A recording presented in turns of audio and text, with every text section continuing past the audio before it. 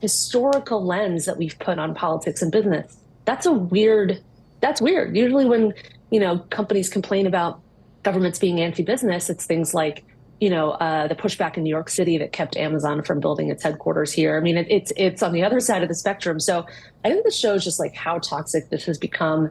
This is not about economics. Governor DeSantis is willing to foist higher taxes onto his own constituents to prove a point, and Disney is willing to pay higher taxes to keep control of its business, to keep it out of the hands of the government. Yeah, but keep in mind, Disney has just pulled a fast one on Ron DeSantis and the DeSantis camp that even though this fight between Ronnie D and Disney feels very politicized and political in nature, Ron DeSantis is now lashing out because he's calling for an investigation into, quote, last-minute changes made by the outgoing Disney-appointed board members. Basically, what happened is Ron DeSantis was busy being political with his administration, making the argument that we're going to fight woke and we're going to fight and punish Disney. And then while he's making those public arguments, Disney, at a public board meeting, voted to extend many rights to Disney's ability to basically self-govern for the next 30 years. 30 more years Disney just gave itself in a public board meeting to protect itself from Ron DeSantis. Now, mainstream media outlets like the Financial Times and New York Times are jumping on the bandwagon suggesting Ron DeSantis is humiliated. He is now, on one hand, trying to show how tough he is, but he's so tough that he got publicly juked and outplayed by Disney. Now look, I'm a big fan for some healthy competition for Donald Trump, but unfortunately, Ronnie D here taking an L with Disney while trying to act tough will do the opposite for his campaign and actually just enhance Donald Trump's, because people have the impression that Donald Trump isn't going to stop until he gets what he wants.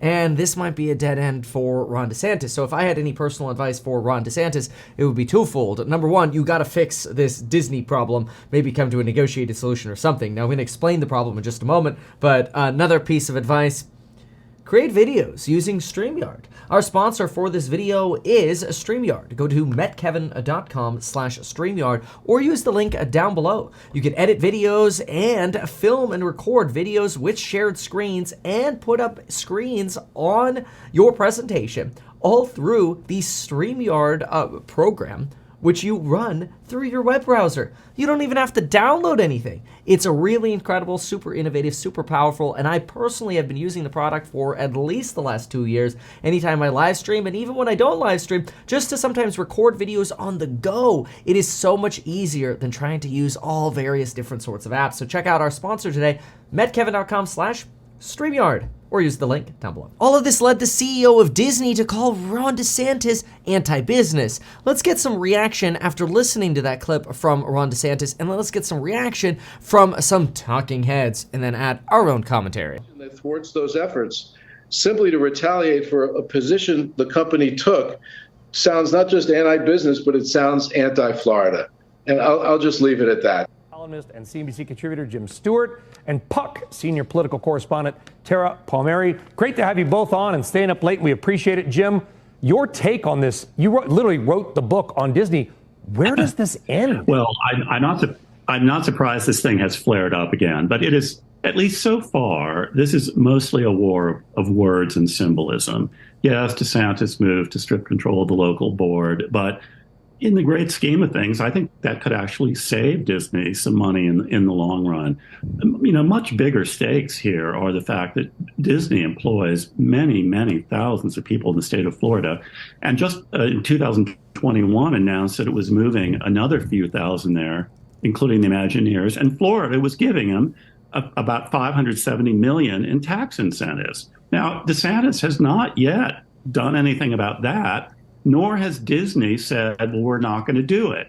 That would be, I guess, kind of like, you know, Putin dropping a tactical nuclear bomb or something. I mean, at that point, it would become something with real economic repercussions.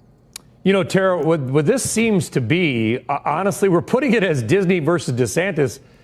I just have a feeling that Disney's lawyers appear to be a lot better than Florida's lawyers.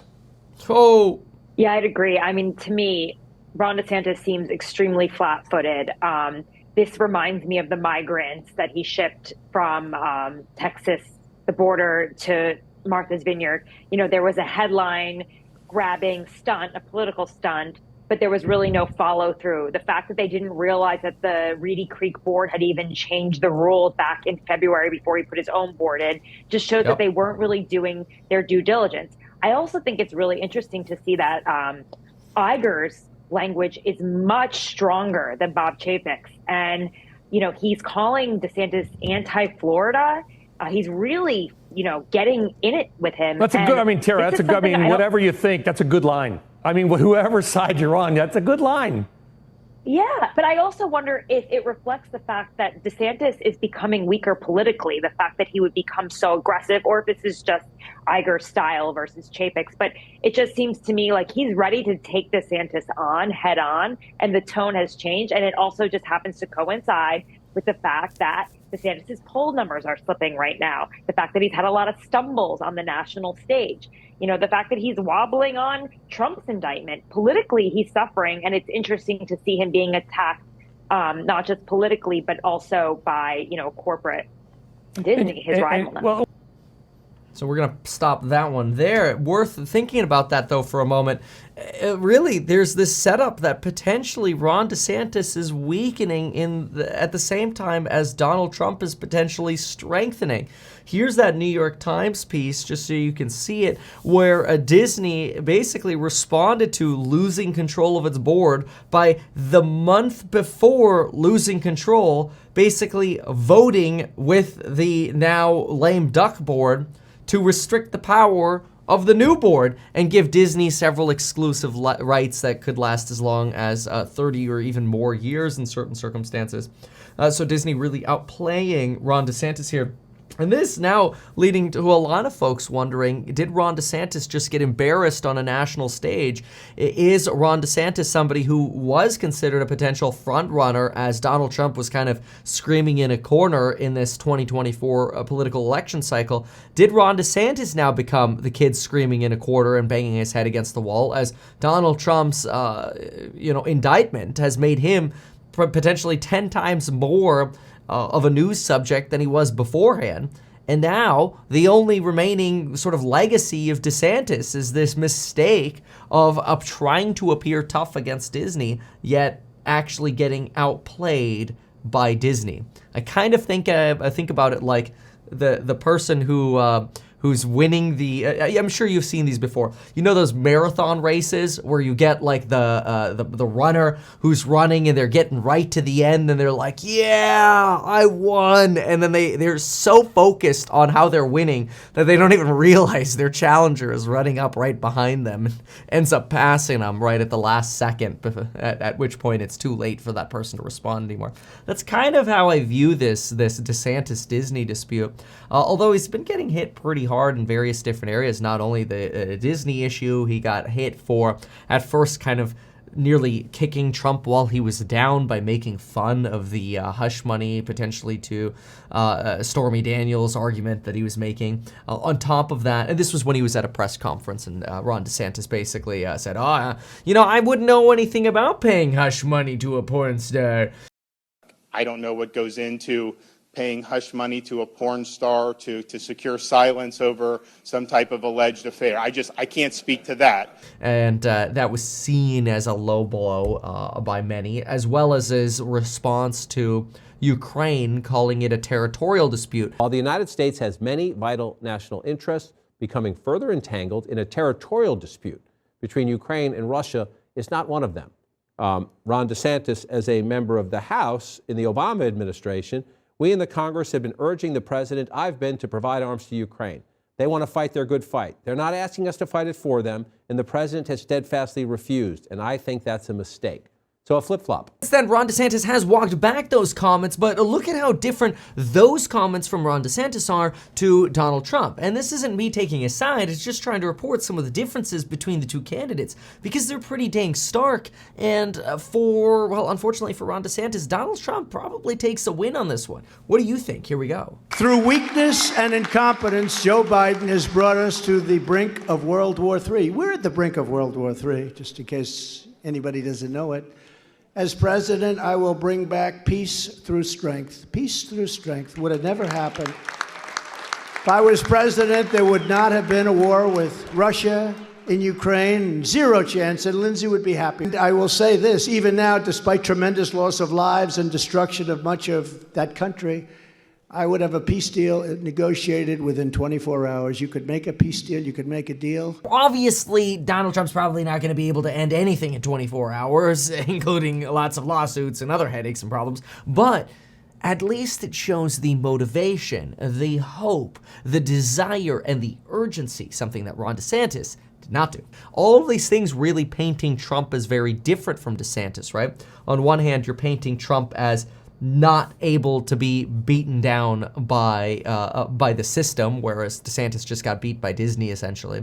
You have Trump, who's taking this very tough on Ukraine and Russia approach, saying it's so important that we need to prevent World War III. He'll do whatever he needs to do to get a negotiated settlement as soon as possible, whereas DeSantis initially called it a territorial dispute before walking that back. So you're seeing some very clear differences between the two candidates. You're also, I mean, even Ben Malla, whom I've interviewed on the channel, the real estate guy, he's a big fan of believing that one of the big differences between Trump and DeSantis is that Trump inspires hope and really motivates people to vote, whereas maybe DeSantis is less so. White House obviously always criticizes the Republicans at the moment. The White House apparently has now condemned DeSantis for signing into a law that would allow residents to carry concealed carry guns without a permit. It's kind of like what California is trying to do, except in California, anybody can get a concealed carry license, is the way that they're labeling it. You just basically can't carry it anywhere. Yeah, I think you can't carry it at parks, public events, schools, libraries, retail establishments that don't explicitly have a sign saying you're allowed to carry in their store. So yeah, okay. Good job, California. Anyway, DeSantis signing a right to carry law, basically. And the White House calling that shameful and the opposite of common sense gun safety. Under the new law, anyone who legally owns a gun in Florida can carry it without a permit, and training and a background check are not required to carry a gun in public in Florida anymore. Fascinating. Big differences there in Florida from certainly states like New York or California. So this gives you an update on DeSantis. I'd have to say, in summary here, things probably aren't going fantastically well for DeSantis now, but I think it's way too soon to count anybody out in this election cycle, especially since you still got to get to actual debates. You got to get to election year, which election year is still a year away. A lot could change by then.